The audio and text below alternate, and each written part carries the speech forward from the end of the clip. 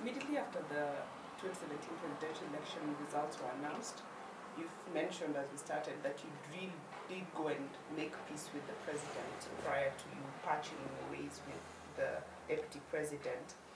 Now, when Raila disputed the vote, why did you rush? Why did you move to shift gears and back President Uhuru Kenyatta and the Jubilee government in 2017 after your co-principal Raila Odinga disputed the presidential vote?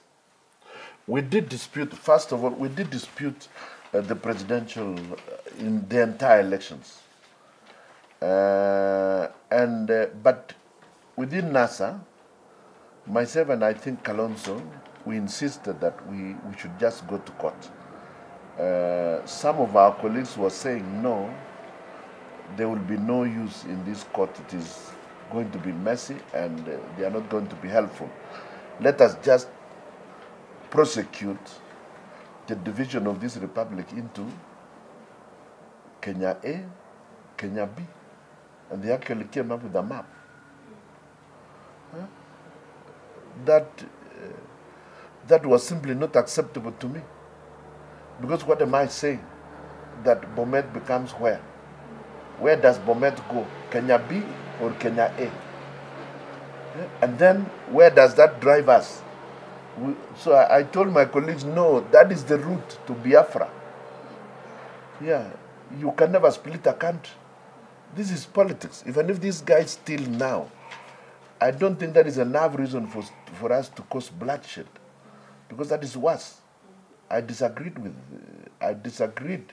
with my NASA principles on the question of Kenya A and Kenya B. And in fact, I just told them, no, I cannot agree to that. Then we finally agreed, let's go to court.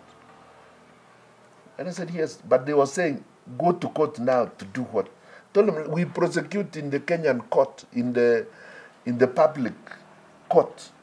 Let us put the facts before Kenyans. Even if the courts refuse to see the injustice in this election, Kenyans will see it. Because Kenyans are also following the proceedings. So my position, and in fact that of Kalonzo Musyoka, was that, look, let us just prosecute, let Kenyans see. But we will be worse by pushing for a division of the republic into two. And I think later on that, and then around the same time, Uhuru Kenyatta, of course, called me. And of course, among the issues we discussed was whether we really wanted to drive Kenya to the same chaos we had in 2007. Of course, I told him I'm in agreement with your view. If your view is that we should not drive the country in that direction. But nevertheless, the election was mismanaged. But he said, but which one is greater? Yeah, the survival of the country or your complaints about mismanagement of the election? We agreed that that was it, that it was more important for us to maintain our cool than to go back to the heck, with everybody going back to the heck. Then where are you taking the country? Not only that, we will have our brothers killed, our sisters killed, our innocent people killed, our pastors killed, our matatu drivers dying, everybody, our youths, our children dying. And then after some times, we are the same leaders who will be called upon to come and bring peace. Coming, trying to bring peace, I come back, we talk about peace because we ourselves, we can dash to Tanzania and we are given exile. What is it called? We are given asylum in Sweden, and the international communities take care of our stay. And then we'll be called upon to come and make peace.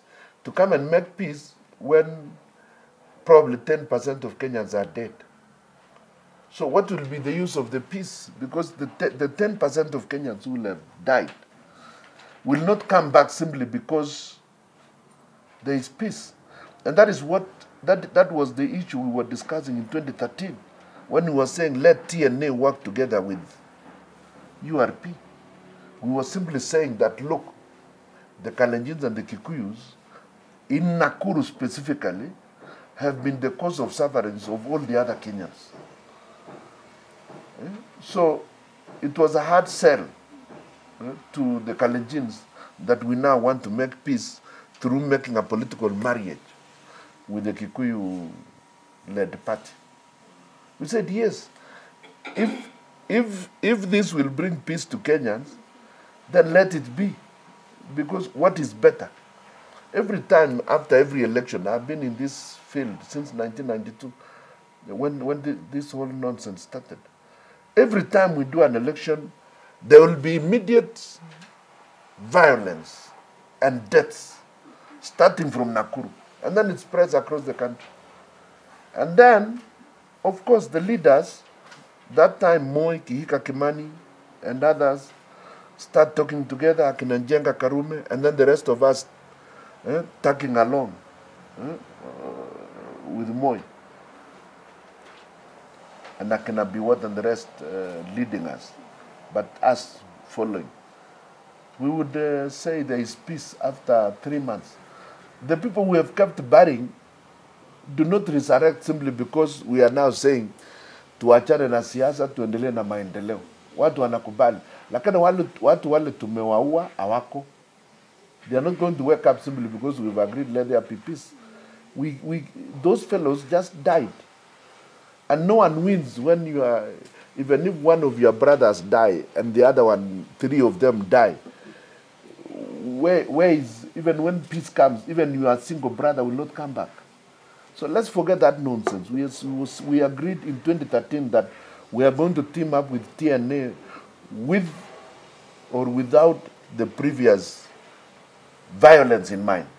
That look, even if there is serious enmity between the Kalenjins and the Kikuyu, then that means that is the issue to sort. Because we had no serious issue with the rest of the country. You would find it is the Kalenjin and the Kikuyu fighting in Nakuru, and then you find a flare-up in Kisumu. Who are the Luos fighting with in Kisumu? Who are the fellows in Mombasa fighting with? Waswahili and Waarabu. What is it all about? And the Luo, with whom are they differing? Because they are not sharing any boundary with the Kikuyu. Then why are they fighting? So what we are saying is, in 2017, what brought me to agree with Uhuru and Jubilee that time was that the great ideal was to make sure Kenya remains one. The great ideal was that there should be no violence. That was more important than Isaac Ruto having lost a seat. If I lose a seat, I can still get it. Even if I lose a seat, no one dies. So why should I quarrel and create hell until I find some innocent Boda boys being killed or some young men going to fight with other young men? For what reason? It doesn't help me. It doesn't help anyone.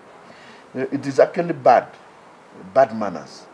So that is precisely what happened. I agreed to, after a talk with Uhuru Kenyatta, 2, 3, 4 times, I also had a chat with, I think, the American ambassador, Kodek, calling us and telling us, watch where you are heading to. And I agreed with them that, look, that's correct. Every sane Kenyan cannot agree to see the sort of pangas we saw in 2007 in Kibera and in Mathare, where somebody was just being hacked with a panga. Mama anakuwa na beba, anaenda na watoto kwenda country bus, anakatwakatwa na watoto. Is that something that we want to see? There was a young Luo boy who was 13 years old. Because of the naivety of age, he said he's going to buy a shirt because he wants to go to school. Schools are open. Absolutely naive and doesn't understand Kenya is on tenterhooks. He just goes to buy a shirt in what is it called? The open air market at Kantubas. Kikomba. Then he runs into a Kikuyu group of youths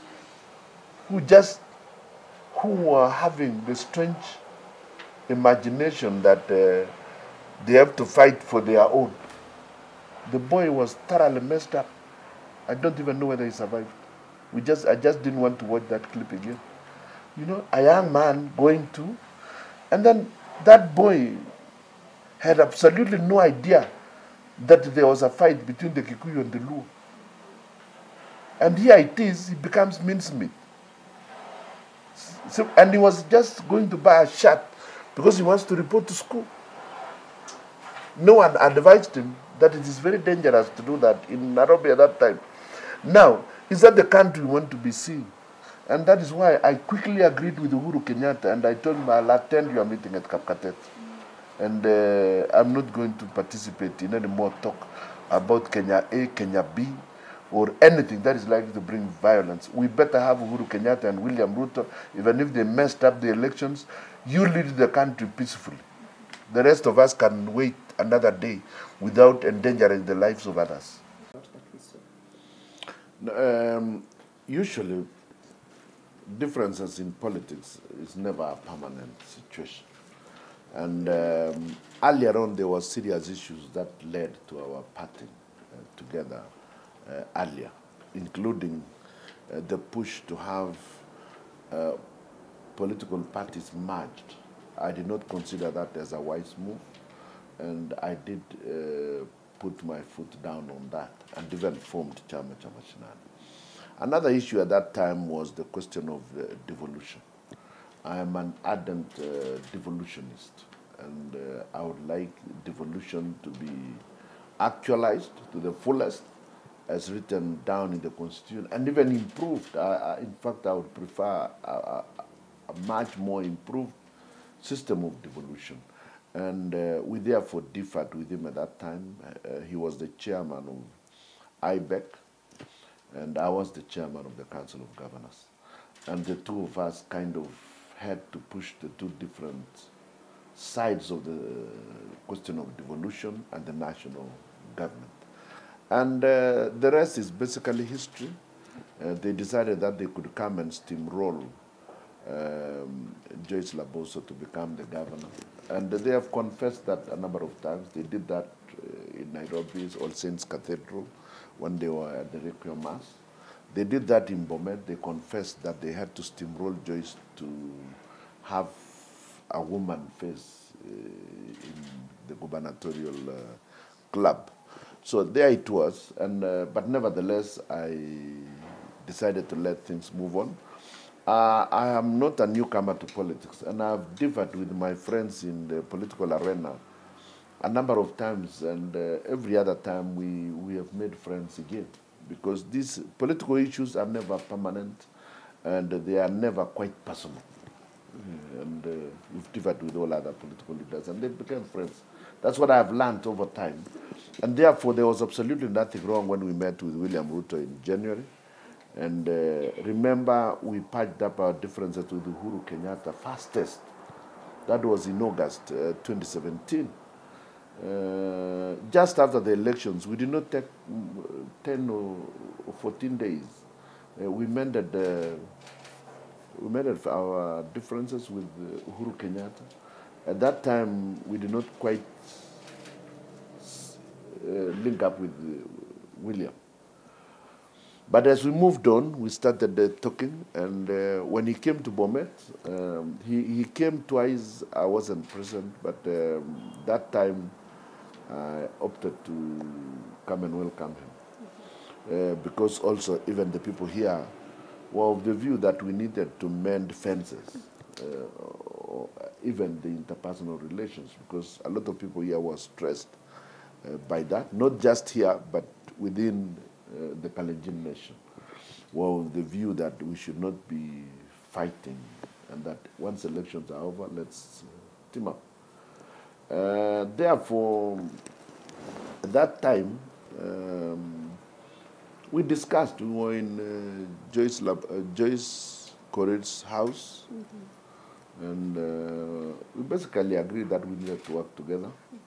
Of course, he had the view that I needed to join him in his new outfit, but I was quite categorical that, look, there's absolutely nothing wrong in me supporting him while still in my party.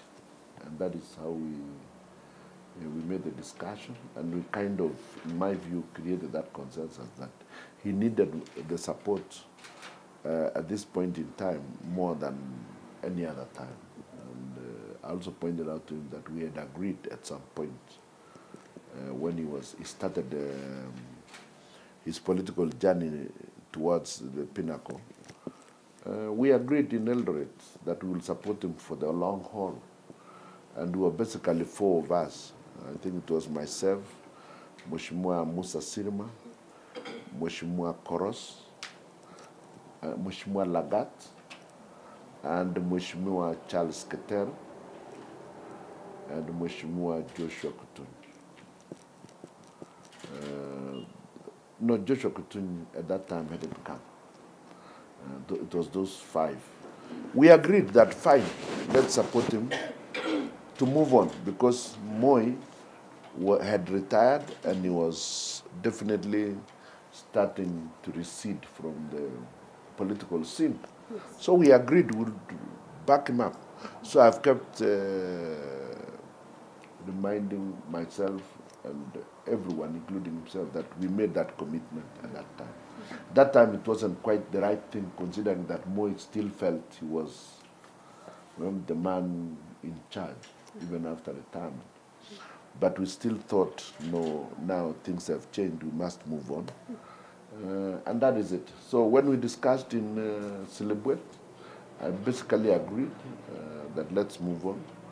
Of course, when we reached Danai, they tried to give me a kofia, the hat, the UDA hat. I told them, no, what we are in link with is the question of hustler. That, look, if we have forgiven the term hustler to basically mean and only mean the struggling people outside employment or outside formal employment, I'm in agreement with that, because that is what Mashinani stands for.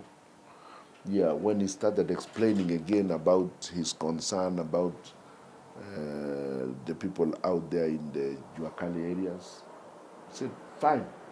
Then that is what we've been talking about. If it was a question of differing on issues, then the issues, the point of difference have narrowed.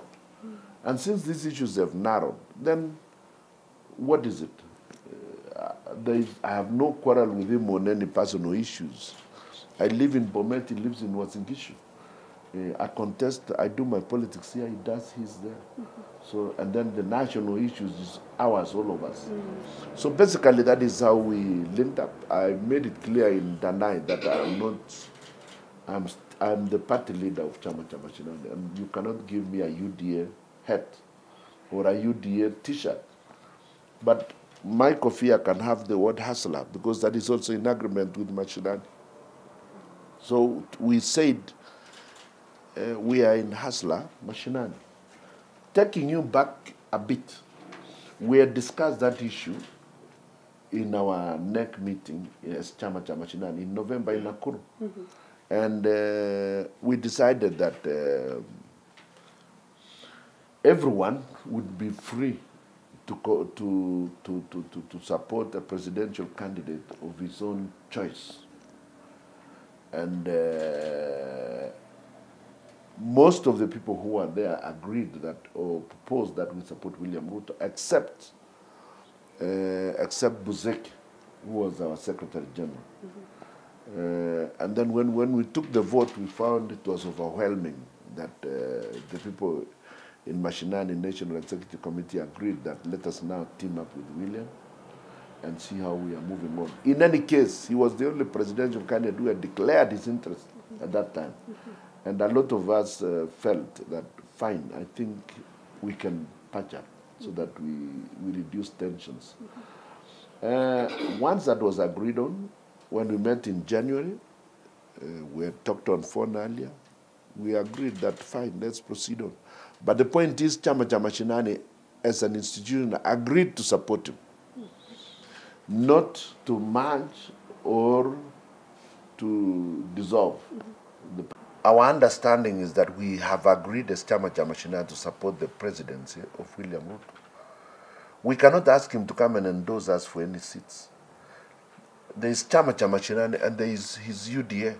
The normal thing, as it has been in Kenya, is that political parties that are in agreement, even in coalition arrangements, continue to contest the other seats in competition even amongst themselves. And you see, if you look at even the current bill, that is what the current bill kinds of acknowledges. Like remember last time, for example, as we were in NASA, then we were contesting against ODM, contesting against Wiper, contesting against ANC. ANC was contesting against ODM, and Jubilee was contesting, Wiper was also contesting against the other parties. Everyone has a niche, but we would agree that at the top, we converge. At the top in 2017, we had agreed in NASA that we converge at Raila. Yes.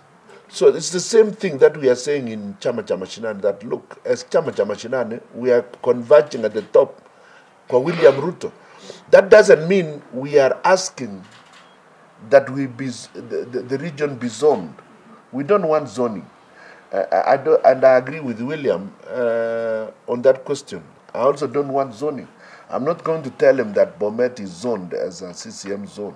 Neither can he tell me Wasingishu or Nandi is a UDA zone. There is no such thing. If we want our country to move forward in democracy, we've got to move towards ideological positions for parties, but not tribal. It has not proven to be workable. And in fact, it would be retrogressive if we were to move in that direction, because we will be balkanizing the country. Then how do you identify which area is a zone of the other one? Is it the tribe? Then we are going backwards. We are dismembering the nation. And yet, actually, intellectually, when people discuss issues at the intellectual realm, the tribe does not come in. I may agree with you and disagree with Kimutai. Yeah. That has nothing to do with tribe. It's what is it? For example, Wanjiru Kihonyo. Is it Wanjiru? Yes. There's a lady, Wanjiru. Why am I forgetting? Has been articulating issues on devolution, and we've become ideological soulmates. Kihoro, I think. And she has been very, very, very passionate on devolution issues. Another person who has been passionate on devolution issues is Justice Mogeni, the lady, Justice Jackie Mogeni. And we've worked with her for a long time. Even she became, we agreed, Akuja's CEO or Council of Governors. There are a number of others we've continued to agree on. Strangely, we agree with Akina Orengo and a number of others on the questions of devolution. Yes. So we better do things that are right, and that which you think in politics about ideologies. We must start to let the tribe recede into oblivion. It's no longer practical. The young generation have no idea what you're talking about when you talk tribes. First of all, a lot of them don't even understand their local dialects. They are now intermarrying very freely, very, very freely. So what is this nonsense we keep on pushing about tribe? Let's be ideological as much as we can. So a political party has a set of ideologies they are pushing for. We are pushing for devolution, and that means devolution of power and resources, and creating a bigger democratic space.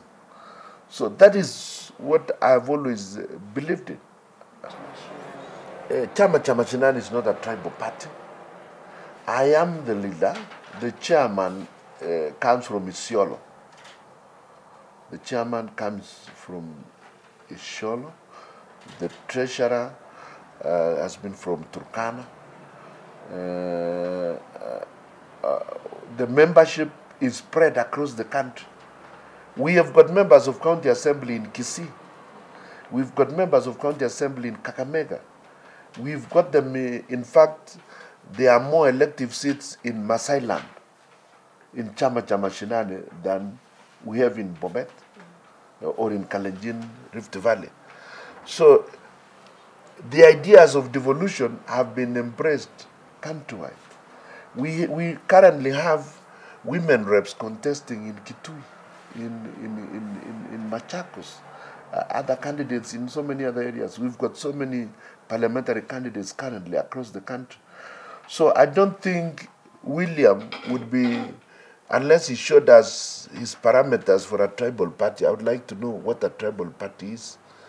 Is it only a tribal party if Isaac Ruto is leading? My vice chairman is not a Kalenjin. The chairman, my vice, the chairman is not a Kalenjin. The deputy chair is a Maasai. All the other seats are spread. So what is the issue about a tribal party? We are not a tribal party, and I also will not subscribe to tribal parties. So we are in agreement with William that we don't need tribal parties. But I do not agree that we cannot have small parties. No, small parties become big parties as you move on. It starts from small and it grows. So the question of small parties doesn't arise. But we cannot push UDA to agree to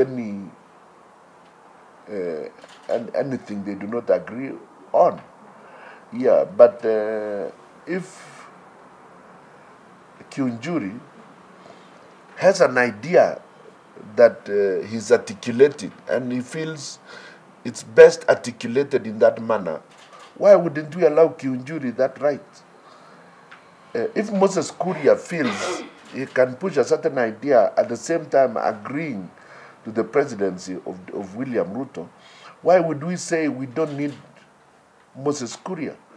The real question is, Moses Kuria may be having his strong ideas, and he feels not possible to be accommodated in that area. So let's allow ideas. Let there be a variety of ideas on the political marketplace. You've just shown your party members where you're headed in terms of ideology, but now your vocality in terms of how you really stand by William is yet to be seen. The campaigns haven't started. Yes, the campaigns have not started yet. So maybe William Ruto is going around the country introducing himself to the voter. Once he starts and says now he wants to campaign for the presidency, that is when the IEBC will set the campaign timelines. Remember, I also joined the NASA campaigns, the last elections, after the campaign period officially started. So the campaign period hasn't started. I will join him when the period starts. I think he's also on record recently indicating that he has not started any campaigns and that he respects the campaign schedule that will be rolled out by the IEBC. At that point in time, I will then probably join him to campaign across the country. And I think at that time, he will have firmed up his ideological position, his manifesto. Then I'll look at it if we are in agreement, and that if it is still sticking to what he has been talking about, then I would have no reason at all not to join the campaign team. I will definitely join the campaign team. You have not really expanded on your relationship with him? Our relation with him has always been cordial. He's an old friend. Remember, we joined parliament with him. We were also in YK 92 with him. I was at the provincial level, he was at the national level with Cyrus Jirongo. I was here because I was still an officer at the university. So we've worked with him since 1992. We were together in Eldoret during secondary school days. So we are cordial friends, and we only differ once in a while on issues. But that doesn't mean we are strangers to one another. Myself, Uhuru Kenyatta, and William Ruto worked for the Moi government. He joined cabinet towards the end of the Moi regime, but I joined the Moi government much earlier, in 2000. He joined in 2002, but we joined with Uhuru Kenyatta. We were also with William when we were pushing for, we were assigned by Nyayo to bring Raila Odinga and his LDP into a cooperation arrangement. So what am I saying? That we have no personal issues. In fact, we even share relatives. Yeah. So what do you make of this perception that some of the handlers of the deputy president view you with suspicion, having hobnobbed with the NASA, his opponents or his political opponents in the 2017 general election, and do you fear that this suspicion among the DP's handlers would work against you, since also the Rift Valley and Bomet is the deputy president's stronghold? His allies just joined the political scene just the other day. Our political and personal relations with William spanning over 20 years in politics. Imagine 92 and 2022. It's a very long time. So these other fellows just came in the other day, and those ones are simply trying to find space. Maybe they are even scared of me. Yeah, but I do not bother about them because they do not occupy my space. Them, they may think I can occupy theirs, but I don't belong to their space. Yeah, we will discuss with William at our level, yeah, as old colleagues. Yeah. Same way we do with all the other senior leaders like Mudavadi, like Kalonzo, like even Uhuru Kenyatta, like Raila Odinga, and all the other, like Kabogo, although he came in a bit later, but nevertheless, we are together in this. Therefore, there is really nothing that I find that the handlers are a hindrance to me, or that I would be a problem to them, because what they do, I cannot do. You don't expect me to spew what they normally say in their rallies. Some of them are so careless as to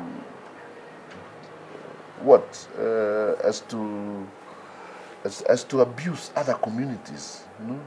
Some of them are a little bit too careless, a little bit too, I don't know what, don't push me into that, but some of them, you can just say it, it's okay. No, some of the things they say in their rallies are not the sort of things I will say. I can't say that.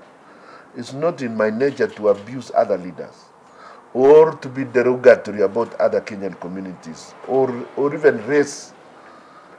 That is not one of the things I would do. So therefore, if that is their, if that is their space, if that is their brief, then there is no way we can be competing with them on that. Yeah. In fact, one of the differences that was developing between the locals here and some of those leaders on Monday was the fear that they were going to start the abuses. Here, we've said we don't want abuses. Don't abuse any other Kenyan leader. Don't abuse any other community. Let us live in peace. The people of Bomet have suffered greatly because of violence, post-election violence, a number of times, and there have never been issues that the people here were differing with. For example, the Gusii. In some election time, you find people fighting here with the Kisii, and yet they have no differences there. No one is claiming land from the Kisii. The Kisii are not claiming land from us. There is nothing basically that we would wish to differ with Abagusi. In fact, there are a lot of relationship between the Abagusi and the Kipsigis in this region more than almost any other community because we've got that historical closeness. Although they are Bantus and we are Nilots, Nilohamads or whatever we are, we've got a lot in common with the Abagus. But elections sometimes, like the one of, was it 2007? It was the worst we've ever seen. And there was absolutely no reason. Absolutely no reason, because the Gusis are not contesting any national seat. We were even supporting a similar candidate, ODM. We were supporting Raila Odinga. And yet, when the violence started, you start fighting.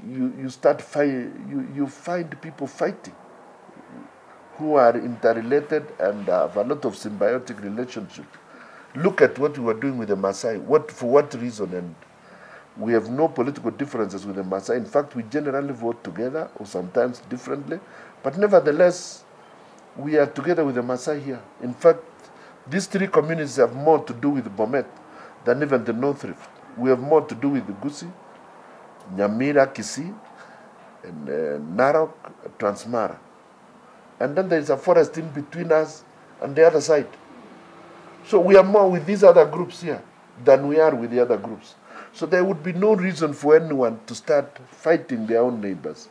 So here we've been saying, no, look, let us avoid any inflammatory statements whatsoever. And leaders visiting Bomet must avoid inflammatory statements because we don't want those nonsense again. Our people and our neighbors have suffered enough and we don't want to go back that route. I have never failed to attend the presidential functions in this county. And in fact, in the run-up to the election, I asked Uhuru Kenyatta whether I really needed to attend some of them, which I didn't attend, and he allowed me not to attend. But if the deputy president is coming to this county, as the deputy president of the Republic of Kenya, it will be, what would I say? It would be very, very, very unreasonable for me not to attend his function. And he normally comes and all the protocols are done and there is no issue. In that rally in Bomet on Monday, I did not ferry anyone. In fact, the people who ferried people, the largest number were ferried by the county government. They hired lorries, buses, and vehicles and whatever to bring people. Over 60–70% were ferried by the county government. Then the other people who ferried are the aspirant MPs, aspirant senators, and aspirant MCS. Mosoni did very little.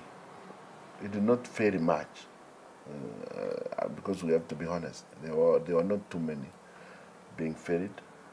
I never ferried because me, I'm not on duty. I have no job at the moment.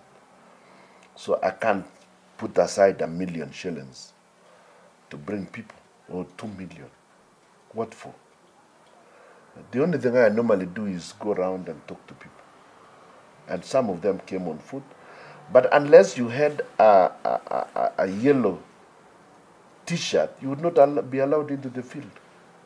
So all these people actually went at the field, and you can check and ask around, had yellow T-shirts, meaning they were Barchok's people, ferried by his own administrators. And in fact, I was even, I should have been more scared myself in coming to that meeting, because I expected that if these are the people Barchok has brought, then they're more likely to turn against me than to turn against the people coming. But there has been, in the general public domain here, people are saying, look, we are voting for the deputy president. But he's not going to tell us whom to vote for from governor down. And I think that was the message the people were passing in the field. That they said, yes, deputy president, your presidential bid, yes. Uniting Kenya, yes. Going around the country bringing all those other people, yes. In vernacular, yes. Now, will you now give me new DA, the governor? That's where the problem started. And they said, no. Senator, no. MPs, no. All the way down to MCS. He was simply told no, no, no, no, on all those other issues. But his vote, no, he says, yes, we are voting for you. We have no problem. Going around the country, yes. And you look at it in the clips. I can even show you some of them. They were saying, yes, that's okay. So these people were not hostile to the deputy president at all. In fact, they were enthusiastic. And then again, there is a large number which the deputy president, when he was entering the field, he told the police to stop blocking other entrance. He told them, this is a free field. Wacha watu waingie. See, they followed him and ululating, chanting all around wakisema ndio. Yeah. And they agreed on everything. The only point with the other leaders, they have got some historical utterances that have been felt to be a little bit insulting for the people of Bomet. Like I think Duale, when he started speaking, some of them started telling him, "He county Bomet siya mama yako," and I think you can see it there. Yeah? So he spoke for less than 1 minute, 1.5 minutes or two, because the people were hostile to his previous utterances, especially in Narok. How did you feel about that? Was it like a crowning moment for you? Like now this is the approval that you had not looked for, but now it was coming, and I was a little bit surprised because I expected these fellows to be hostile to us. But apparently, one of the things that may have incited them were the utterances of Barchok saying Isaac Ruto should not turn up, telling them that this is not a machinani meeting, you should not come. I think that is what incited them to rally into machinani corner, yet probably some of them have been UDA all along. So it was his careless statements, basically, and the fact that other aspirants were not involved in the planning that had created a rather toxic situation. But